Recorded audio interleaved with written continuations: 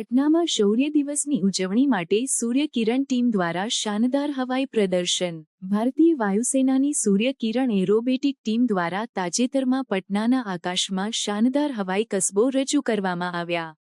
ગંગા નદીના કિનારે યોજાયેલ આ કાર્યક્રમમાં નવહોકેમકી 132 જેટ્સ દ્વારા સુમેળબદ્ધ રચનાઓ અને એરોબેટિક્સ રજૂ કરવામાં આવ્યા।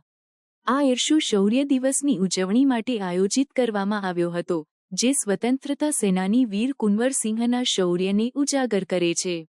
હજારો દર્શકો આ શાનદાર પ્રદર્શન જોવા માટે એકત્ર થયા હતા, જેમાં બેરલ રોલ્સ અને હાર્ટ શેપ પેટર્ન જેવી રચનાઓ શામેલ હતી, જે દર્શકોને મંત્રમુગ્ધ કરી દીધા। આ એરશોનો ઉદ્દેશ યુવાનોને ભારતીય વાયુસેનામાં જોડાવા માટે પ્રેરિત કરવાનો હતો, જેમાં ખાસ રિહર્સલ શાળા અને કોલેજના વિદ્યાર્થીઓ માટે સમર્પિત કરવામાં આવી હતી। મુખ્યમંત્રી નીતિશ કુમાર અને રક્ષામંત્રી રાજનાથ સિંહે આ કાર્યક્રમમાં હાજરી આપી, જેનાથી દેશભક્તિ અને સશસ્ત્ર દળો વિશે જાગૃતિ વધારવા માટે આવા પ્રયાસોના મહત્વને હાઇલાઇટ કરવામાં આવ્યું। પાટના જિલ્લા તંત્રએ ટ્રાફિક વ્યવસ્થાપન અને મોટી ભીડ માટે નિર્ધારિત પાર્કિંગ ઝોન સહિત સુમેળભરી વ્યવસ્થાઓ સુનિશ્ચિત કરી। આ પ્રથમ વખત હતું જ્યારે સૂર્યકિરણ ટીમે પાટનામાં પ્રદર્શન કર્યું, જે શહેર માટે ઐતિહાસિક ક્ષણ બની।